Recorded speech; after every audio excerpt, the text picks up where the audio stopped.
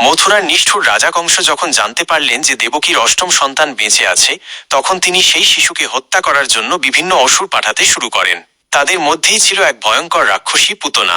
পুতনা ছিল এক শক্তিশালী দানবী যে ইচ্ছামতো রূপ বদলাতে পারত।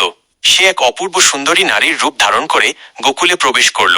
তার সৌন্দর্য এতটাই মোহময় ছিল যে কেউ বুঝতেই পারল না সে আসলে এক ভয়ঙ্কর রাক্ষসী। সেই সময় নন্দবাবার ঘরে ছোট্ট শ্রীকৃষ্ণ শুয়েছিলেন। পুতনা সোজা যশোদা মায়ের ঘরে ঢুকে পড়ে এবং আদরের ভান করে শিশুটিকে কোলে তুলে নেয়। কিন্তু তার উদ্দেশ্য ছিল ভয়ঙ্কর। সে তার স্তনে মারাত্মক বিষ মেখে রেখেছিল যাতে শিশুটি দুধ পান করার সঙ্গে সঙ্গেই মারা যায়। পুতনা কৃষ্ণকে স্তন্যপান করাতে শুরু করল। শিশু কৃষ্ণ শুধু দুধই পান করলেন না, তিনি পুতনার প্রাণ শক্তিও শুষে নিতে লাগলেন। পুতনা ব্যথায় চিৎকার করতে লাগলো, তার আসল রাক্ষসী রূপ প্রকাশ পেল।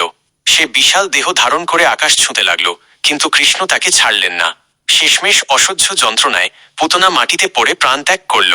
গোকুলবাসীরা ভয়ে ছুটে এলেন। তারা দেখলেন এক বিশাল রাক্ষসীর মৃতদেহ, আর তার বুকে শান্তভাবে বসে আছে ছোট্ট কৃষ্ণ। সবাই বিস্মিত হয়ে গেল। যশোদা মা দৌড়ে এসে কৃষ্ণকে কোলে তুলে নিলেন এবং স্নেহে ভরে গেলেন, যদিও তিনি বুঝতেই পারেননি তার সন্তান কতটা অসাধারণ। এই কাহিনীর গভীর অর্থ আছে। পুতনা যদিও কৃষ্ণকে হত্যা করতে এসেছিল, তবুও সে মাতৃস্নেহের ভান করে তাকে স্তন্যপান করিয়েছিল। তাই কৃষ্ণ তাকে শত্রু হিসেবে নয়, এক প্রকার মায়ের মতোই মুক্তি, মোক্ষ দান করেন। এইভাবেই পুতনা বধ শুধু এক অসুর বধ নয়, বরং করুণা, দয়া ও ঈশ্বরের অসীম ক্ষমার এক অনন্য উদাহরণ।